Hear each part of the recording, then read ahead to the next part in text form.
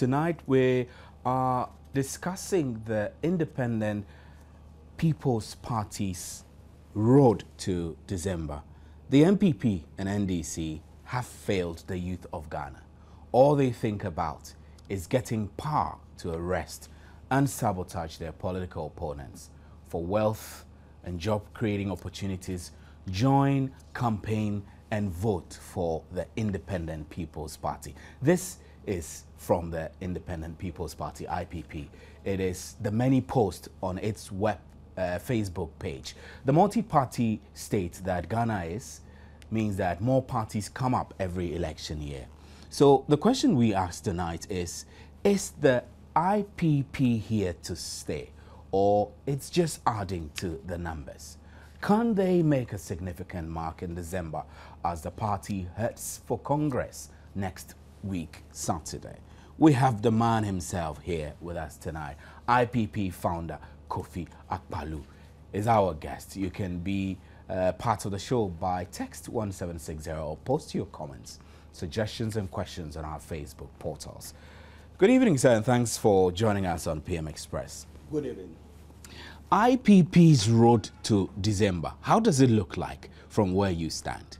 Oh, we are going to win the 2012 election. You are going to win the elections. What are the indicators for you? If you look at the way things are going on at the moment, the passing away of the former president, and also if you look at the MPP campaign style, you will see that they are struggling. We are struggling. And they are? They are, to us. Because, you know, Nana Akufo-Addo was elected 2 years or so ago, but I mean, he's not able to fly the way they thought he could. But they're struggling. And Indum is not ready to govern this country.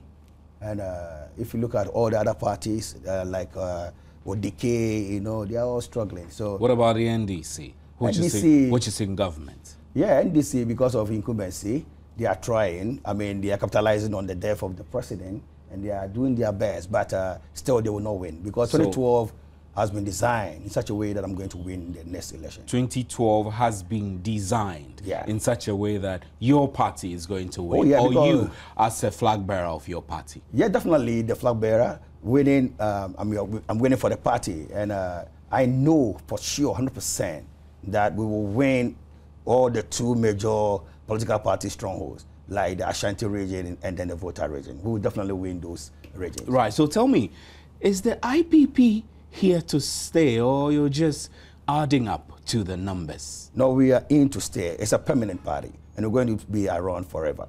You're going to be around for a long time. Forever. Forever? Yeah. Well, I'm using my words mergily, but you are saying forever. Yeah, because after we have gone, other people will continue.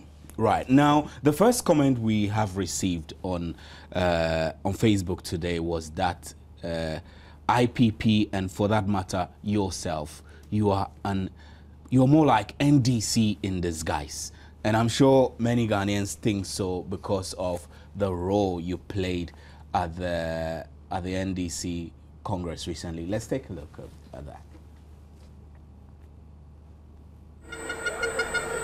Hey, Zuzu, I can see that people are hungry. So when you say NDC or Ezu, they are not able to respond. But that's the trend of the moment. People are hungry, people are dying. So don't worry. When IPP come to power, all these things will be solved. My name is Kofi Akpaloo, the next president of the Republic of Ghana. Come 7 December 2012, we are winning. With the IPP, we are going to win. So we are here to support you just for only today, so that you do a successful delegate Congress. But after that, we believe many of you out there listening to this and watching this are going to throw their weight and their support to IPP, led by Kofi Akpaloo. If you are here to hear IPP for the first time, when we say IPP, then you respond, Yang Konkwa. And when we say IPP, we respond again, Somiha, ne Somiha. IPP is a new party, and it's for the youth, and it's going to transform Ghana. We're going to take the whole system, and everybody is going to rise up and support IPP. Right, Eyezu, that's how you started, and then you said what? IPP. What would you respond if I say IPP? And Someha, not Someha. What is all that for? You see, at the moment we are trying to ask the youth to rally behind us, and then we move together to transform this economy. And one person cannot do it, so you need other people to support you. So that's why we are asking them to hold each other so that we can move together to move this country together. So let me put it to you again. There are many people who think that you're an NDC person in disguise with the way you came rallying the people at the rally ground with the Eyezu, Eyeza slogan. Your response to that? Actually, I was at Sikado when CPP were doing their own stuff. You know, they invited us and we went there. We did the same thing. In fact, we inspired the CPP because of the departure of the NDM.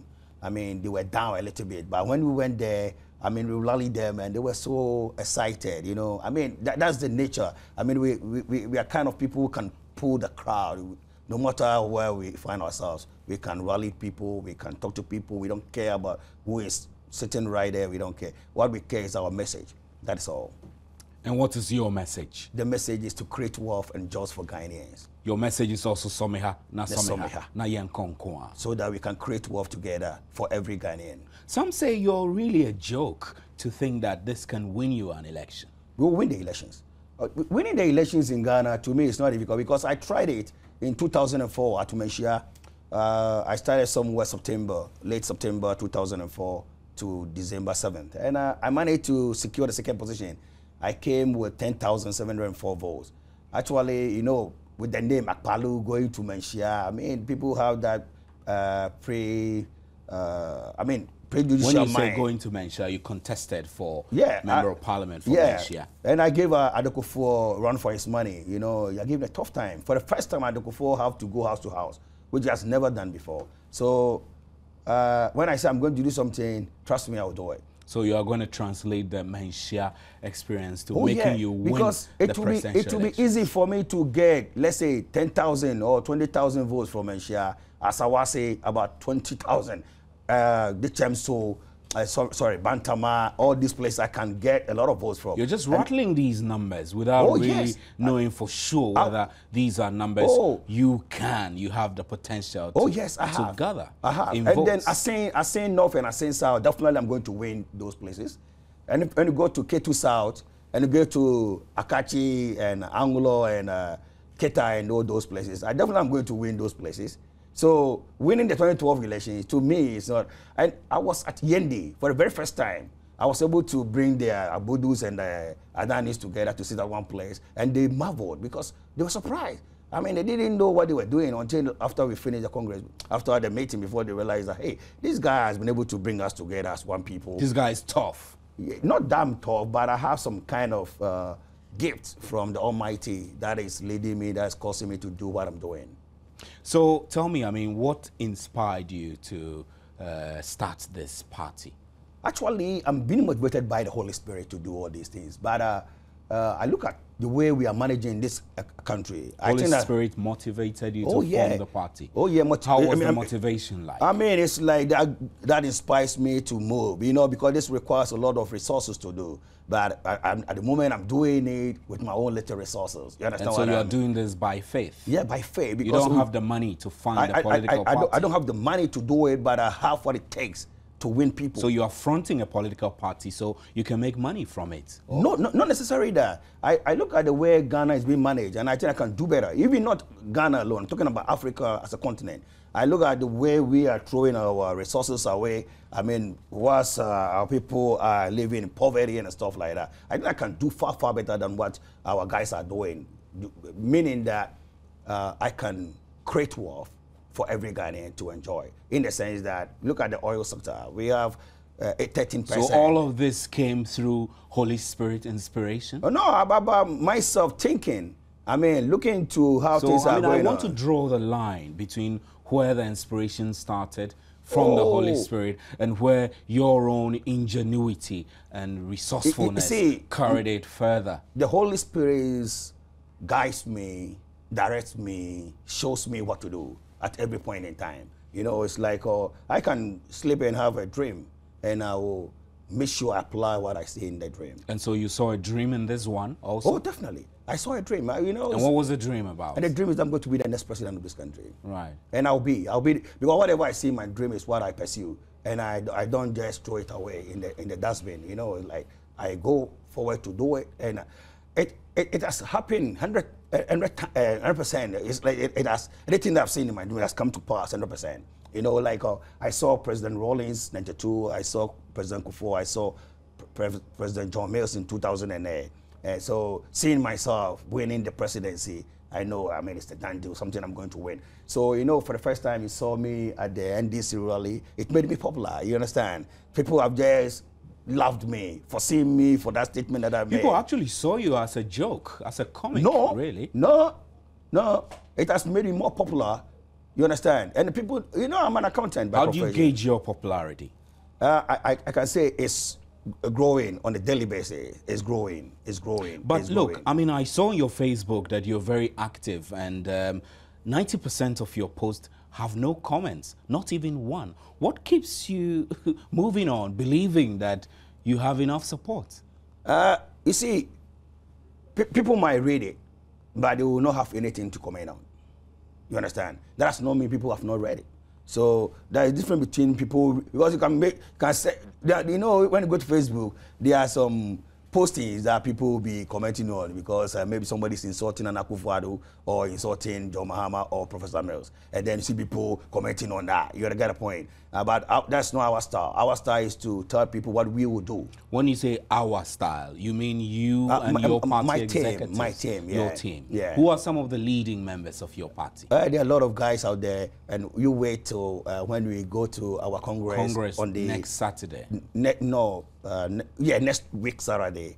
That's 29th of September. And then you see the guys there. I mean, there are a lot of guys that will marvel you seeing them on the platform. Yeah. Are you not wasting money seeing that the political spectrum has mainly been dominated by NDC and MPP since 1990? I don't think so. Really? And do you have the financial muscle to match them? I don't have the money, but I can get people to put in their money. When That's what I'm saying, that you're wasting money. No, I'm not wasting money. You know, next time you have an idea, it's like starting a business. When you have an idea, you need to pursue the idea. But nobody is going to throw money to you to use it to pursue your vision until they see there's something in return for them.